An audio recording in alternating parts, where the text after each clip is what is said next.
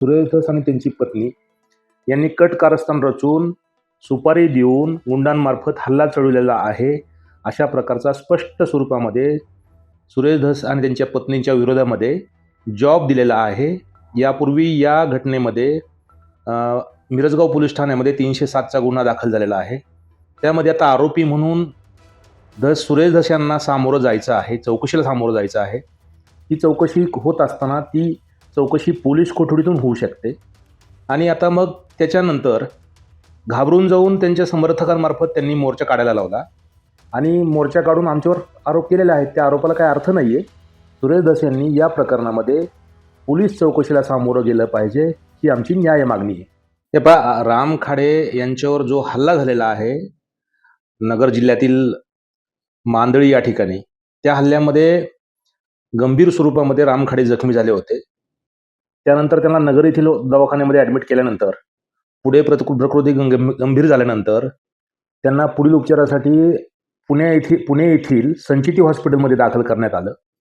त्यानंतर काही दिवसांनी ते व्हेंटिलेटरवरून शुद्धीवर आले आणि त्यानंतर त्यांनी जो जॉब दिलेला आहे शिवाजीनगर पोलिसांकडे पुणे येथून, त्यामध्ये त्यांनी स्पष्ट स्वरूपामध्ये सुरेश धस आणि त्यांची पत्नी यांनी कट कारस्थान रचून सुपारी देऊन गुंडांमार्फत हल्ला चढवलेला आहे अशा प्रकारचा स्पष्ट स्वरूपामध्ये सुरेश धस आणि त्यांच्या पत्नीच्या विरोधामध्ये जॉब दिलेला आहे। यापूर्वी या घटनेमध्ये मिरजगाव पोलीस ठाण्यामध्ये 307चा गुन्हा दाखल झालेला आहे।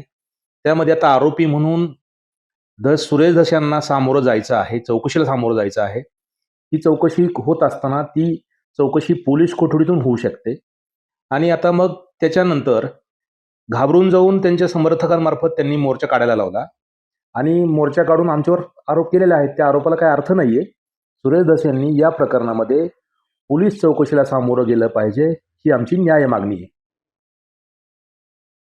आम्हाला जे म्हटले आंदोलनामध्ये आमच्यावर सुरेश धसांनी जे काय आज आंदोलन त्यांचं पुरस्कृत आंदोलन होतं, त्यामध्ये त्यांनी जे काही पुराव्याचा विषय काढला, पुरावे पोलीस सादर करतील कोर्टामध्ये आणि त्या ठिकाणी जो हल्ला झालेला आहे, हल्ल्याच्या घटनास्थळ ज्या ठिकाणून आरोपी आले, ज्या ठिकाणी आरोपी पसार झाले, त्याचा डम डेटा रेकॉर्ड, तसेच CDR, तसेच राम खाडे यांचा जॉब, साक्षीदारांचे जॉब, यानुसार तपास होईल। तपासामध्ये काय ते निष्पन्न होणार आहे। क्रिमिनल केसेसमध्ये 307 सारख्या गंभीर प्रकरणामध्ये सुरेश धसांना चौकशीला सामोरे जाण्याशिवाय पर्याय नाही। सुरेश धस यांनी कायद्याचा आदर राखावा आणि चौकशीला सामोरं जावं। याच्यामध्ये पोलीस कोठडी मिळेल किंवा नाही मिळेल, त्यामध्ये माननीय न्यायालय काय आदेश देईल किंवा काय आदेश देणार नाही, यामध्ये सरळ न्यायालयाच्या कक्षेमध्ये आता हे विषय आहेत।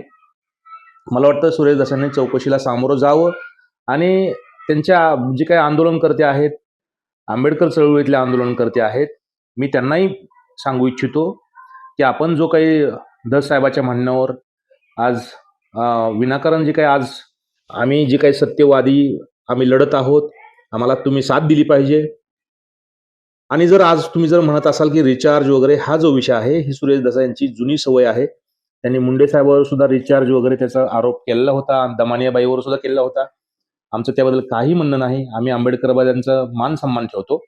फक्त एक सांगायचं आहे, आम्हाला डॉक्टर बाबासाहेब आंबेडकरांनी जी घटना लिहिली आहे, त्या घटनेमध्ये जो आम्हाला अधिकार मिळालेला आहे, त्या अधिकाराने आणि त्या विचारावर ते रिचार्ज आम्हाला डॉक्टर बाबासाहेब आंबेडकरांचं रिचार्ज आम्हाला आहे, एवढंच या ठिकाणी सांगतो। सुरेश धसांनी आता बाकी कुठलंही नाटकं न करता चौकशीला सामोरं जावं ही माझी त्यांना विनंती आहे।